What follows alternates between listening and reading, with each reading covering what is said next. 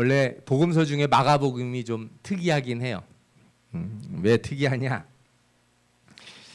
마가복음에는요 상당히 급한 말씀들이 많아요. 그래서 즉시, 곧 이런 단어가 많이 나와요. 한 40배 이상 나와요. 그래서 마가복음을 읽는 사람들은 마치 막 당장이라도 무슨 일이 일어날 것 같은 느낌을 확 받게 됩니다. 요한복음은 좀 반대예요. 요한복음은 얘기 하나를 해놓고 설명을 뒤에 잔뜩 해줘요. 아주 자세하게 그 길게 설명하는 반면에 마가복음은 기적도 되게 짧게 기술하면서 매우 급하게 기술하는 걸 볼 수 있게 되죠. 그러다 보니까 읽다 보면 마치 내가 그 자리에 있는 것 같은 느낌이 막 들어요. 게다가 마가복음은요 원어로 읽어보면 문장이 좀 투박해요. 우리도 이렇게 예를 들어서 대학교 교과서에 나오는 그 대학교 교재 같은 데 나오는 글들은 말이 좀 어렵겠죠. 그런데 길거리에서 사람들이 막 얘기하는 말이 되게 쉽잖아요.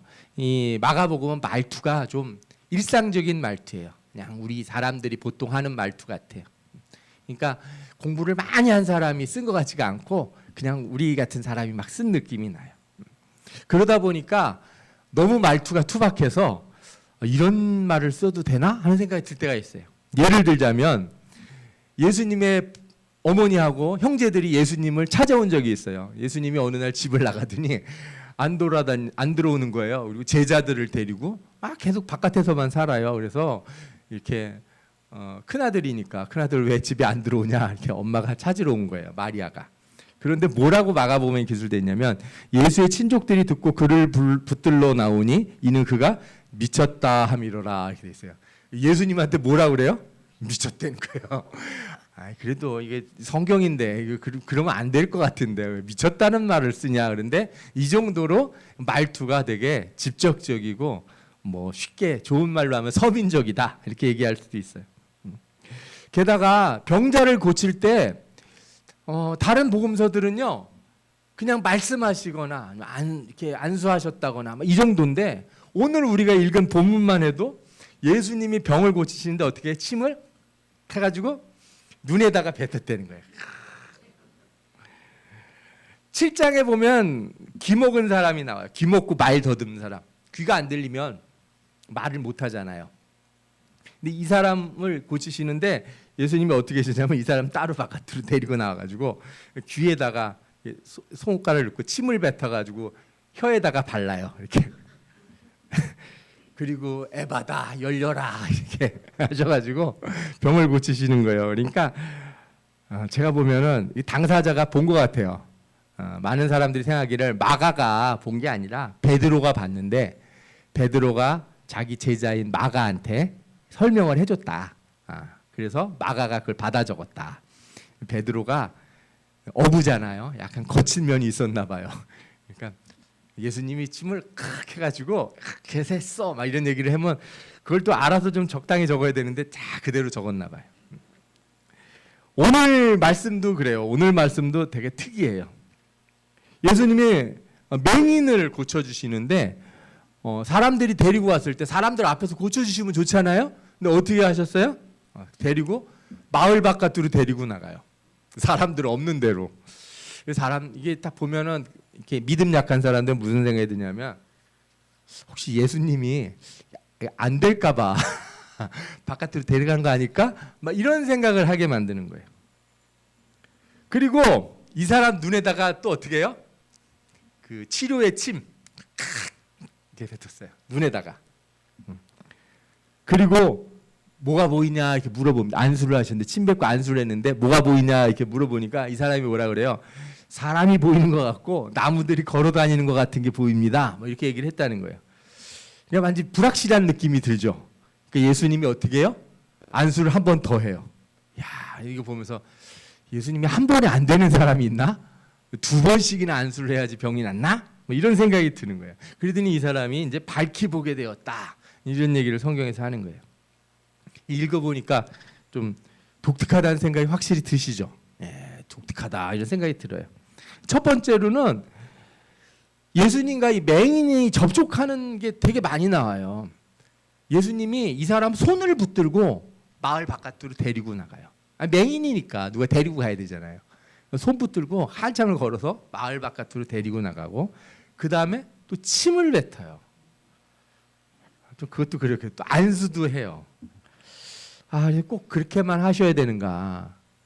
그런데 다른 맹인들 생각해 보시면 바디메오 아시죠? 바디메오. 여리고성에 있던 바디메오가 예수님 지나가니까 어떻게 했어요? 다윗의 자손 예수시여 나를 불쌍히 여겨 주옵소서. 소리를 막 질렀어요. 근데 예수님이 오라고 그래가지고 어떻게 했습니까? 네 믿음이 너를 구원했다. 그 눈이 어떻게 됐습니까? 떠졌어요. 침 하나 안 바르고 떠졌다니까요. 아니 누구는 침을 발라야 떠지고 누구는 침 안 발라도 떠지는 건가? 병이 다른 건가? 또 예를 들어 백부장의 종을 고칠 때나 수르보닉의 여인의 딸을 고칠 때는 아픈 사람은 쳐다도 안 봤어요. 오지도 않았어. 그죠? 애 엄마가 와가지고 얘기했더니 가보라고 낫다고. 그러니까 갔더니 어때요? 나았어요. 백부장도 어떻게 해요? 가보라고 낫다. 갔더니 어떻게 돼요? 다 낫습니다. 물론 예수님이 침을 뱉은 게 아주 생소한 일은 아니에요. 우리 7장에서도 이렇게 침 발라서 혀에다 발라주신 그런 귀머거리가 있었는 반면에 또 요한복음에 보면 눈에다 침은 안 발랐지만 침을 어디다 발라요? 진흙에다가 발라가지고 침을 뱉어서 진흙을 만든 거죠. 왜냐하면 요즘같이 건조한 날에 흙 있는 데다 침 발라가지고 이렇게 문지르면 뭐가 돼요? 진흙이 되잖아요. 그걸 눈에다가 발라줬다는 거예요. 요즘에 만약에 제가 그렇게 병을 고칠 수 있다 이렇게 소문이 나면 아마 아주 난리가 날 겁니다. 고소가 들어올 거예요. 더러워서 그 목사 아주 더럽게 병을 고치더라. 이 사람이 이렇게 병을 고친 거예요. 사람들이 이제 별의별 생각을 다 하는 거예요. 예수님 침에는 무슨 약이 들어있나? 그 옛날에 저 벌 물리고 모기 물리고 그러면 엄마가 어떻게 해요? 침 발라주면서 나았다고. 엄마 침은 약침이라고. 근데 엄마 침은 약침이 아니에요. 덧납니다. 침 바르면은. 네. 어떤 사람은 그래서 예수님은 몸에 있는 게 땀이고부터 시작해서 모든 게 다 사람을 치료하는 특별한 약이다. 그럼 그러면 예수님 무슨 돌연변이도 아니고 이상하잖아요. 그거는 너무 많이 나갔다. 그런 얘기는 좀 너무 많이 나간 거고. 저는 오히려 이렇게 말씀하시는 그 신학자들의 얘기를 더 은혜 있게 받아들였어요. 어떤 신학자가 뭐라고 했냐면 하나님이 사람을 지으실 때 뭘로 지으셨어요? 진흙으로 지으셨어요. 흙으로 이렇게 찰흙으로다가 뭐 만들듯이 만드는 거예요. 그러니까 어디 고장 났을 때 진흙으로 뭘 만들었는데 고치려면 어떻게 해야 돼요? 물을 발라가지고 이렇게 고쳐야 되죠. 그러니까 주님이 물을 발라서 고치신 거다. 그렇게 얘기를 하는 거예요. 창조주의 능력을 보여주셨다 이러는 거예요. 그래서 그거 참 은혜가 된다. 그런 생각을 했어요. 그러나 사실은 정확한 뜻은 잘 모르겠어요. 저도 예수님 침이 약이 들었는지 뭔지 근데 그건 중요한 문제가 아닌 것 같아요. 성경에서 침을 발랐냐 안 발랐냐가 중요한 문제가 아니고 진짜 중요한 문제는 뭐냐 하면은 이 사람을 왜 아무도 안 보는데 데려가서 2번이나 안수를 했냐. 이게 더 중요한 문제예요. 물론 사람들 데리고 이렇게 마을 한가운데서 안 고쳐주시고 바깥에서 고쳐주신 일이 여러 번 있는데 마가복음 1장에도 나와요. 이때는 문둥병자를 고쳐주셨어요. 고쳐주시고 뭐라고 하냐면 너 절대로 마을로 들어가서 얘기하지 말고 뭐부터 해라? 모세가 명한 율법에 정한 대로 제사장을 만나서 예물을 드리고 절차대로 해라 이렇게 얘기를 해요. 그랬더니 이 사람이 어떻게 했어요? 그 절차대로 했을까요? 그냥 막 돌아다니고 했을까요? 뻔하겠죠? 예, 병 났다고 막 신나가지고 마을로 돌아다니면서 난리를 친 거예요. 그러니까 사람들이 막 바글바글 예수님한테 몰려와요. 그래서 예수님이 마을에 들어가셔서 해야 되는 일을 못해요. 예수님이 하시고 싶은 일은 뭐예요? 병자를 고치는 일이에요? 복음을 전하는 일이에요? 여러분 예수님이 하고 싶은 일이 뭐 같아요? 병자를 고치는 일이에요? 복음을 전하는 일이에요? 복음을 전하는 일이에요. 여러분 병이 안 낫고 죽어도 괜찮아요. 천국에만 가면. 병은 나았는데 복음을 못 들으면 큰일 나는 거예요. 예? 여러분 좀 없고 가난하게 살아도 괜찮아요. 좀 모자라도 천국에 가면 다 돼. 그런데 세상에서는 부자로 사는데 천국에 못 가면 큰일 나는 일이에요. 예수님이 병을 고쳐주시는 이유는 무엇을 위해서 병을 고쳐주셨어요? 천국 복음 전하시려고. 복음을 듣는 게 먼저예요. 복음을 듣는 게. 그래서 이 사람을 고쳐줘서 사람들 때문에 마을에 못 들어가서 예수님이 뭐라고 하셨냐면, 그러나 그 사람이 나가서 이 일을 많이 전파하여 널리 퍼지게 하니 그러므로 예수께서 다시는 드러나게 동네에 들어가지 못하시고 오직 바깥 한적한 곳에 계셨으나, 이렇게 돼 있어요. 드러나게 돌아다니지 못하는 거예요. 드러나게 막 가서 사람들에게 복음을 전하지 못하고 사람들이 밀려와서 말씀은 됐고 뭐만 해달라는 거예요? 병 고침만 해달라고. 근데 실제로 그럴 것 같아요. 제가 만약에 신유은사라도 있으면 제가 설교 막 1시간 하려고 그러면 막 앞에서 짜증을 낼 거예요. 목사님, 설교는 10분만 하시는 거예요. 그리고 뭐 해야 돼요? 1시간 내내 안수기도만 해야 되는 거예요. 병 고치는 게 더 중요한 거지. 지금 설교가 중요합니까? 빨리 병 고치는 게 중요하지.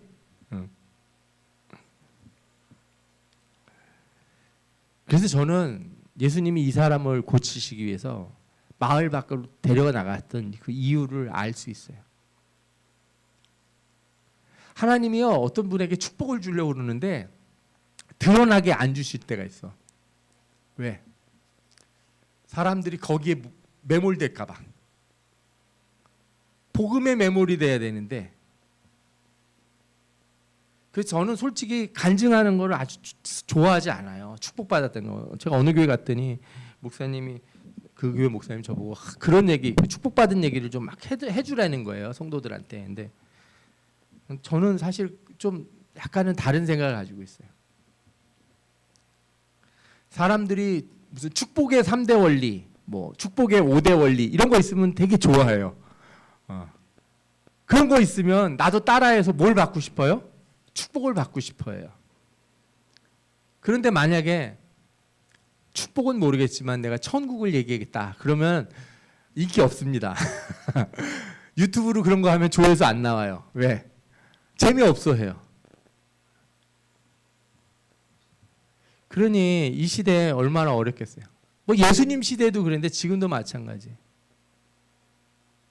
진짜 진리의 말씀을 듣는 사람은 적고 다른 거 해결받기를 원하는, 그게 너무 커요.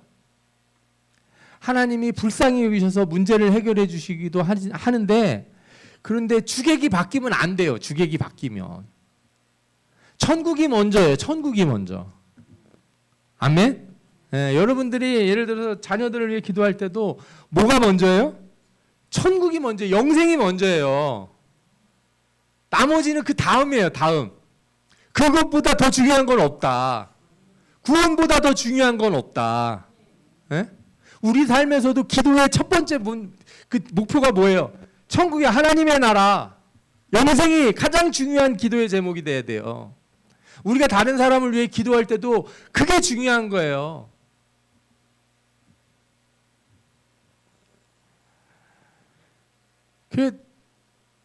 만약에 영생은 가졌는데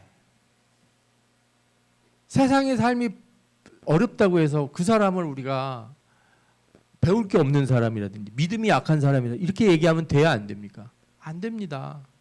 에? 아니 아무리 좋은 학교 가고 좋은 직장에 다니고 돈 많이 벌고 결혼도 잘하고 애도 많이 낳고 막 행복하게 살아도 천국이 없으면 무슨 소용이 있겠냐 이거예요.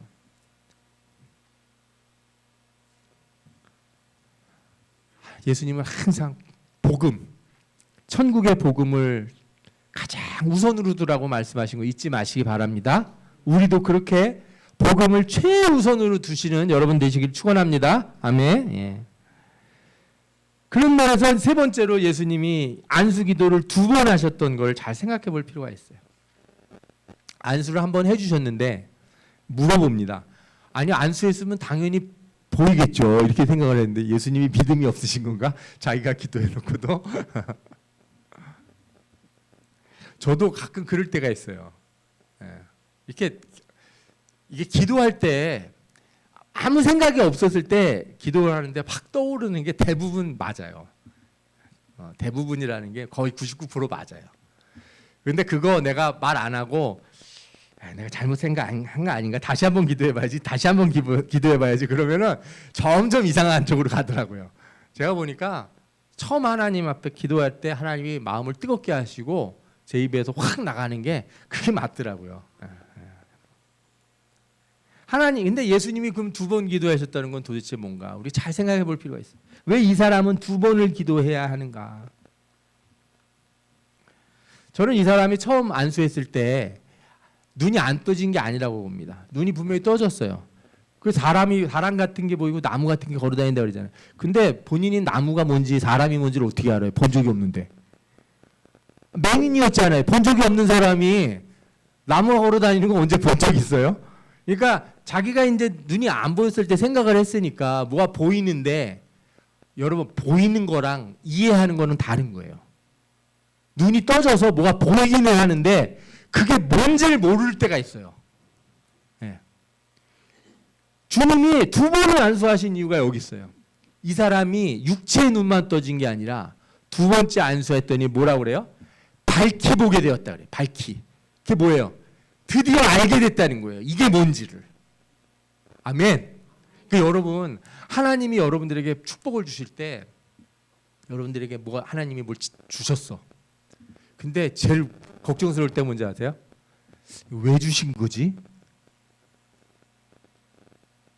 하나님이 왜 나에게 이런 축복을 주셨을까?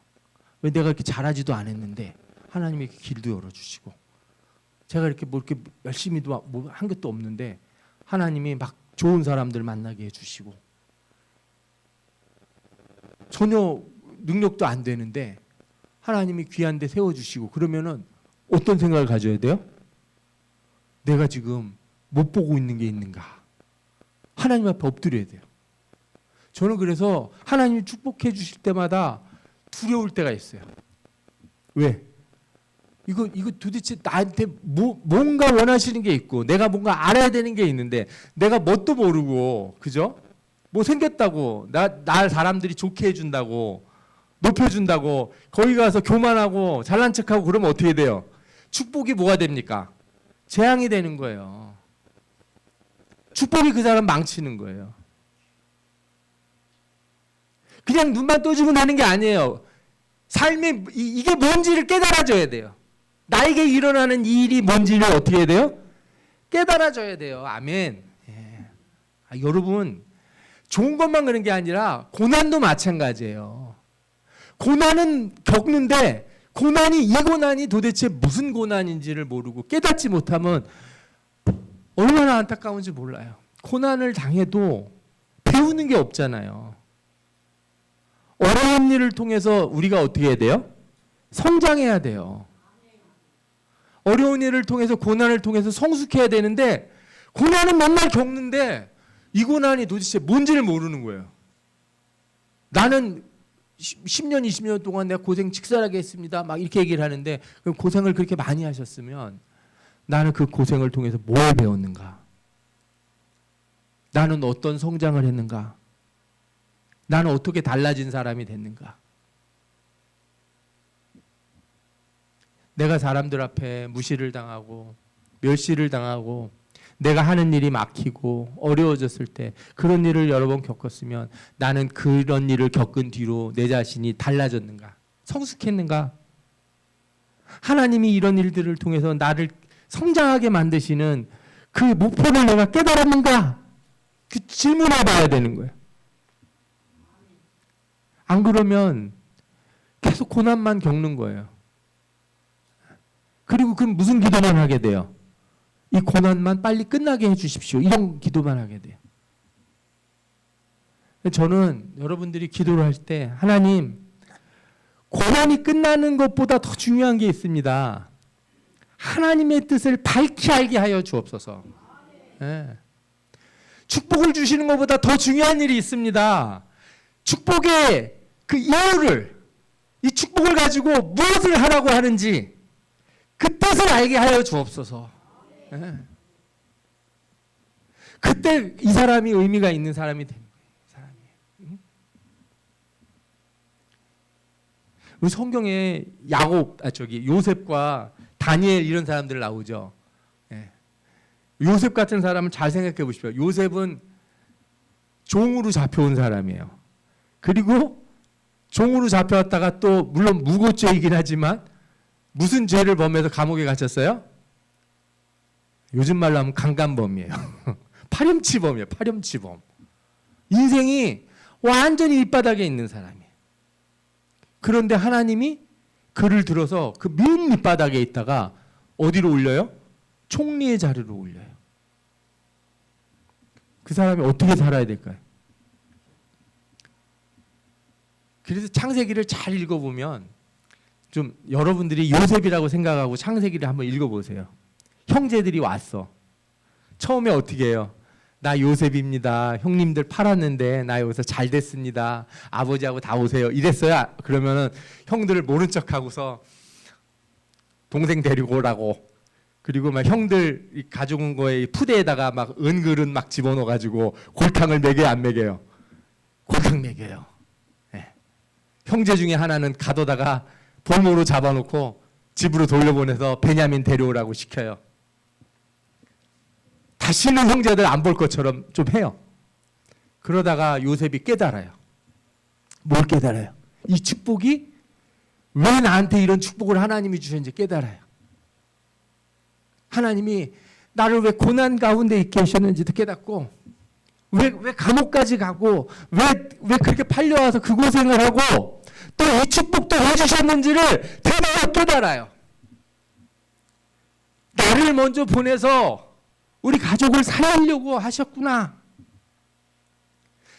나를 파는 건 당신들이 아니고 하나님이십니다. 하나님이 날 보낸 거지 당신들이 판 게 아닙니다. 그게 눈이 열린 거예요. 그게 눈이 열린 거. 예? 그게 진짜 축복인 거예요. 요셉의 진짜 축복은 총리가 된 게 아니고 뭐라고요? 내가 왜 총리가 된지를 깨닫는 게 그게 진짜 축복이다 이거예요.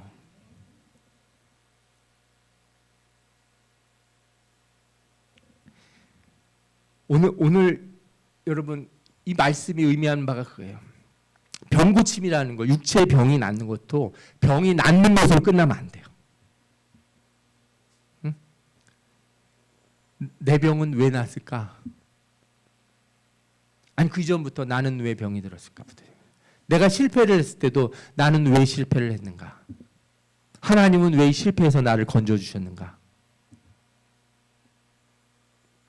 안 그러면 그냥 눈만 떠지고 아무것도 모르는 사람이 돼요. 그래서 예수님은 사람들을 고쳐주신 다음에 그런 사람들은 반드시 찾아가서 얘기를 해줘요. 그러니까 예를 들어서 바디메오처럼 내 믿음이 너를 구원했다 하는 사람은 다시 안 찾아가도 돼요. 왜? 그 믿음이 있으니까. 제대로 눈을 떴으니까. 근데 38년 된 병자 같은 사람은 병을 고쳐줬어요. 그리고 다시 찾아와서 뭐라고 그래요, 예수님이? 그 후에 예수께서 성전에서 그 사람을 만나 이르시되 보라, 내가 나았으니 더 심한 것이 생기지 않게 다시는 죄를 범하지 말라 하시니. 병이 난 게 중요한 게 아니고 너 그 죄의 문제, 너 그거 해결해야 된다. 그거 해결 안 하면 안 된다. 그래서 주님은 병 나은 것보다 그 사람의 삶의 변화가 더 중요하다고 말씀하세요. 문제가 해결되는 것보다 더 중요한 게 뭐예요? 삶의 변화예요. 요한복음 9장에 날 때부터 맹인된 자, 침 발라가지고 실로암에 가서 그죠? 눈뜨게 한 그 맹인도 그 사람 눈 뜬 다음에 한바탕 소동이 벌어졌어요. 바리새인들하고. 그런데 그 일 후에 주님이 그를 찾아와서 그에게 물어봅니다. 내가 인자를 믿느냐? 다시 말하면 뭐예요? 믿지도 않는데 뭐부터 뜨게 해주셨어요? 눈부터 뜨게 해주신 거예요. 이 사람이 믿어서 눈이 떠진 게 아니라 하나님이 어떻게 하나님 하시는 일을 하려고 이 사람 눈을 뜨게 하셨어요. 예수님이 다시 찾아가서 그에게 얘기해. 대답하여 이르되 주여 그가 누구시오니까 내가 믿고자 하나이다. 이 사람이 믿고 싶습니다. 그랬더니 예수님께서 이르시되 내가 그를 보았거니와 지금 너와 말하는 자가 그니라. 이르되 주여 내가 믿나이다 하고 절하는지라. 이때가 이 사람이 눈 떠지는 때예요. 실로암에 가서 뜰 때가 진짜 눈 떠진 때가 아니라 언제가 눈을 떠진 때라고요? 내가 믿고 싶습니다. 내 눈을 뜨게 하시는 그 하나님 나 만나고 싶습니다. 내 문제 해결해 주시고 내 인생의 삶을 주관하시는 그 하나님 만나는 그런 축복 내게 주옵소서. 여러분, 우리가 안수를 2번 받아야 되는 이유가 여기 있어요. 삶의 문제만 해결된다고 끝나는 게 아니라 눈이 떠져서 하나님이 내게 왜 이렇게 하셨는지를 깨달아지는 그런 축복이 여러분에게 임하기를 원합니다. 이 축복이 우리나라와 우리 민족과 모든 사람들에게 임하기를 원해요. 하나님이 왜 이 한국이란 나라, 이 조그만 땅에, 그죠? 언제 없어져도 없어질 수밖에 없는 작은 나라 같이 보이는 이 나라에 복을 주셔서 이 동네 주변에 있는 나라들 하나도 예수 믿는 나라들이 제대로 된 나라가 없는데 이 나라에만 뭐가 있어요? 십자가가 이렇게 많아. 축복을 주셨어요. 이유가 있을 거 아니에요. 이유가. 축복받은 거가 좋다고만 감사합니다. 할렐루야 그럴 게 아니라 이 축복을 주신 사명이 뭔가. 그냥 복만 주면 그냥 서로 그냥 어떻게든지 네 거는 내 거, 내 거는 내 거. 그죠?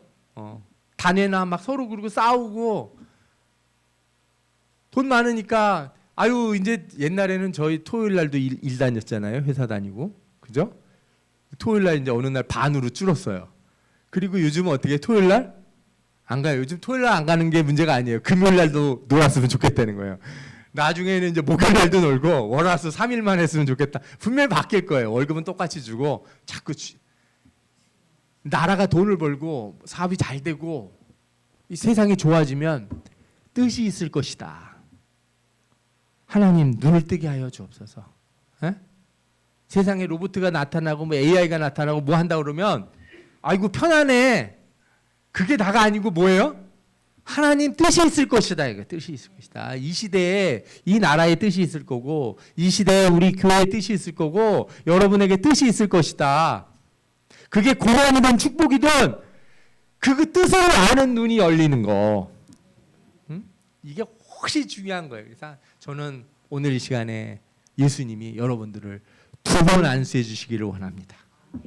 삶의 문제도 해결되고 눈이 열려서 이게 무슨 뜻인지 밝히 아는 하나님이 내게 주시는 축복이 뭔지 밝히 아는 놀라운 역사가 있기를 축원합니다. 여러분들이 그래서 앞으로 주님 내 인생에 이게 답답하고 삶의 문제만 해결해 주실 게 아니라 이 문제가 해결되면 내가 뭘 해야 될지 내 삶의 문제가 풀리면 내가 하나님 앞에 어떻게 살아야 될지 깨달아지는 사람 되게 하여 주옵소서. 그냥 고난만 없어지면 좋겠습니다. 이렇게 기도하는 사람이 아니라 주님 나에게 주신 사명이 뭔지 제대로 깨닫고 삶의 온전한 변화가 있게 하여 주옵소서. 이렇게 기도하는 여러분 되시기를 축원합니다. 아멘. 기도하겠습니다. 여러분 다